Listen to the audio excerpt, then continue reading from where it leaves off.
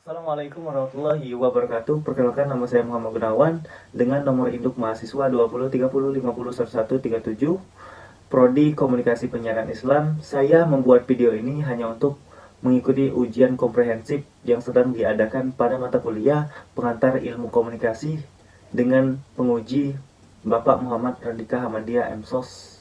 Yang pertama, saya akan menjelaskan apa itu ilmu komunikasi dan bagaimana ruang lingkup serta unsur-unsur komunikasi.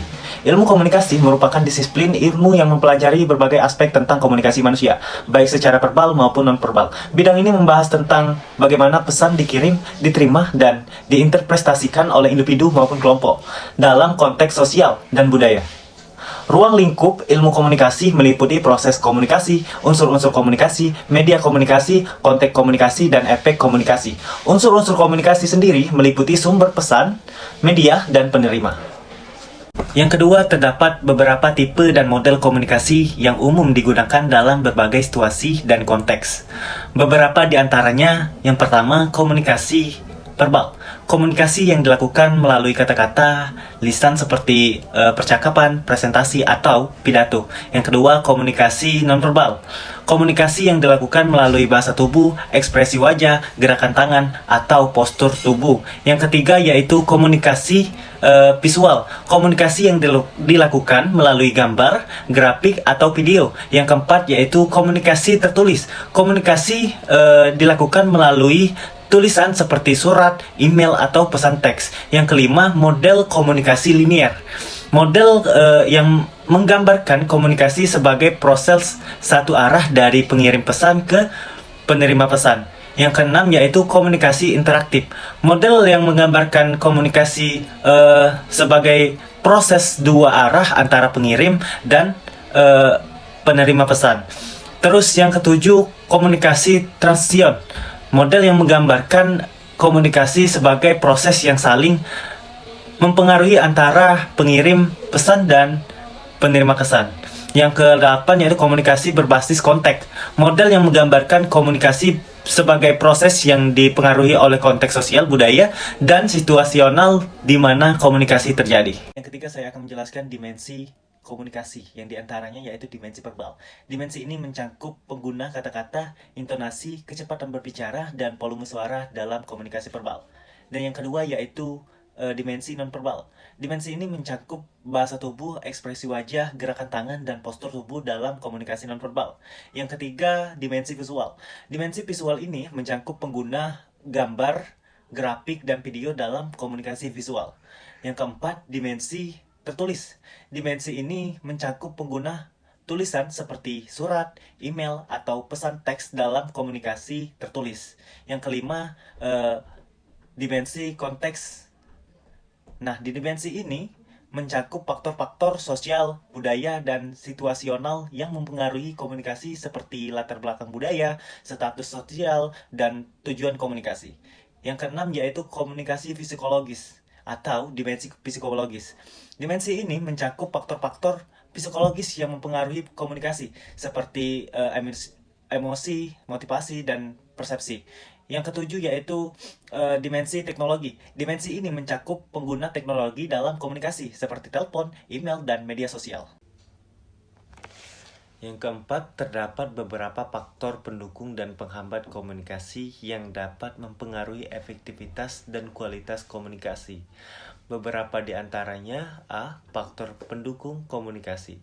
Keterampilan komunikasi, kemampuan untuk berkomunikasi dengan baik dan efektif dapat meningkatkan kualitas komunikasi. Keterbukaan, sikap keterbukaan dan mau mendengarkan pendapat orang lain dapat memperkuat hubungan dan meningkatkan pemahaman. Empati, kemampuan untuk memahami perasaan dan pandangan orang lain dapat membantu dalam membangun hubungan yang baik. Konsistensi, dalam komunikasi dapat membantu membangun kepercayaan dan menghindari kesalahpahaman.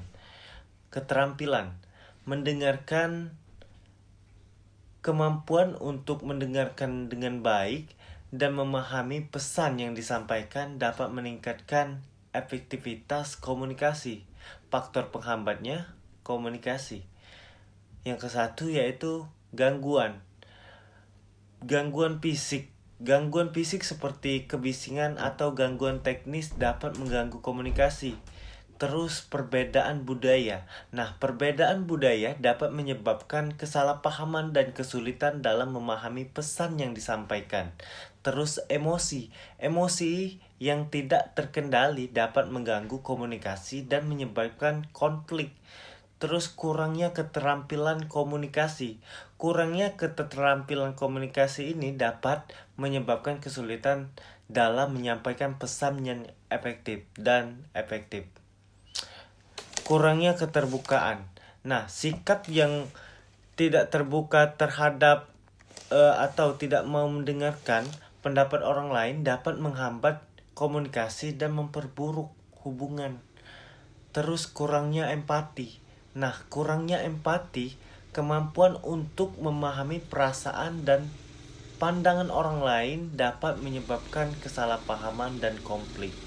Terus kurangnya konsistensi. Ketidakkonsistensi dalam komunikasi dapat menyebabkan kebingungan dan kesalahpahaman. Kelima yaitu macam-macam komunikasi dan levelnya. Yang pertama yaitu komunikasi intrapersonal.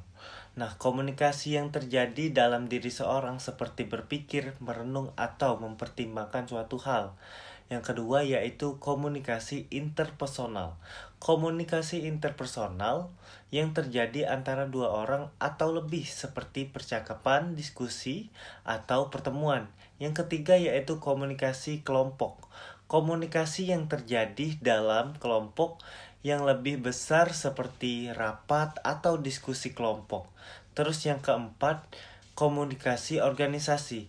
Komunikasi yang terjadi dalam konteks organisasi seperti komunikasi antara atasan dan bawahan atau antara departemen yang berbeda. Terus yang kelima yaitu komunikasi publik. Komunikasi yang ditunjukkan untuk khalayak yang lebih luas seperti pidato, presentasi, iklan. Yang keenam yaitu komunikasi massa. Nah, komunikasi massa dilakukan melalui media massa seperti televisi, radio. Keenam yaitu teori komunikasi. Salah satunya teori transaction. Mempertimbangkan interaksi antara dua individu atau kelompok berdasarkan konsep transaksi, di mana setiap partisipan menyiarkan secara aktif dan pasif dalam proses komunikasi. Terus yang kedua, teori interpersonal merupakan model komunikasi yang berfokus pada hubungan antara dua individu, termasuk bagaimana karakteristik pribadi mereka mempengaruhi komunikasinya.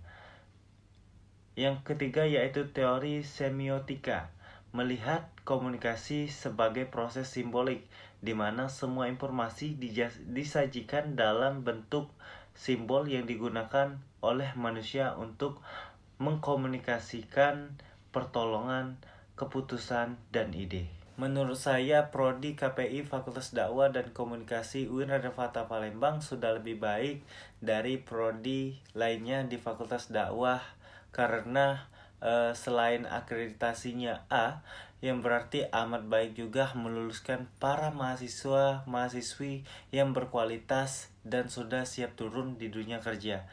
Selama proses belajar yang saya dapatkan di Prodi KPI tidak hanya belajar materi di lingkup kelas saja, namun langsung praktek di lapangan, sehingga menjadikan mahasiswa-nya lancar dan dapat menguasai public speaking. Harapan saya untuk Prodi KPI semoga kedepannya dapat terus meningkat proses belajar dan mengajar serta dapat mendapatkan akreditasi yang unggul.